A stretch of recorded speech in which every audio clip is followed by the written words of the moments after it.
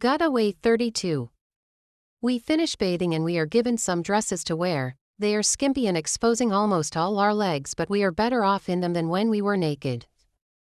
We are moved to a different room. It is very big and has 10 queen beds covered in a single fitting white sheet and 2 standard pillows on top. Each bed has a side table with different sex toys and a bottle of whiskey. The room is air-conditioned with a single 3-seater couch in the corner. The lady from earlier comes again. I am starting to think she is the one keeping us here. She walks over to each of us and starts inspecting us. She lifts our faces by the chins and checks for God knows what. In this room there are 5 more ladies, and so that makes us 8 in total. I mentioned earlier that we have important guests and you need to please them. These men will do to you what they please and it is your duty to do as they tell you. If any of them complain, I will make sure to feed you to the dogs. She says, and I see the women in the room flinch. Either this has happened before or it still happens. Behave yourself. What happened last time better not repeat itself. She adds, pointing at the lady who was talking to me earlier. She walks around the room for a bit and asks us to each choose a bed and sit as we wait. These men don't have the time to know your names. You are not to speak unless spoken to, and they will call you what they want. I swear to God if I hear any complaints from one of them. She pauses when the door opens. A tall dark man walks in.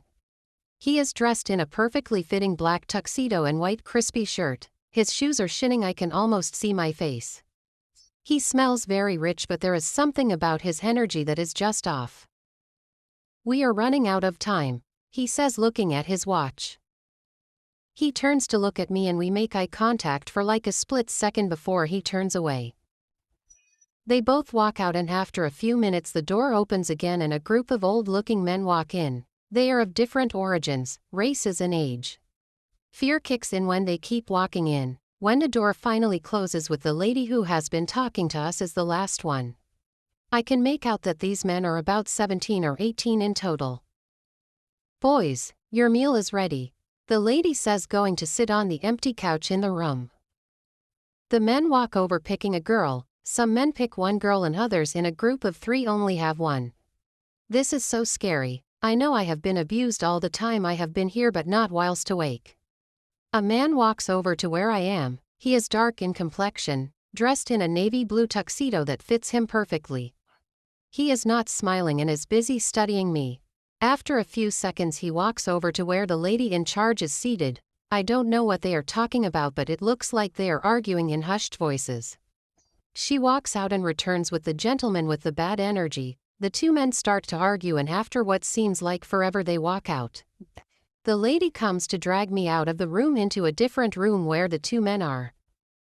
You will go with Rashid for the weekend. You are to do as he wants and on Monday he will return you, the man says. I don't know if I am supposed to respond, so I just keep quiet. Rashid signs some papers and he tells me we have to leave, but the man with the bad energy says something to him and I know it's not good. When we get outside the sun hurts my eyes, so I have to dart them a little. Lucky enough he hasn't parked very far. A man who I believe is the driver opens doors for us and we get in the car and drive off. 2 more cars follow us. None of us says anything. We are quiet the rest of the drive. Almost 2 hours later we get to our destination. The house is a 2-story building on a farmland. I haven't been in contact with anyone, so this just feels strange. He parks away from the workers and leads me into the house using the back door. A maid will attend to you and make sure you are ready for the night, he says as we walk into the house.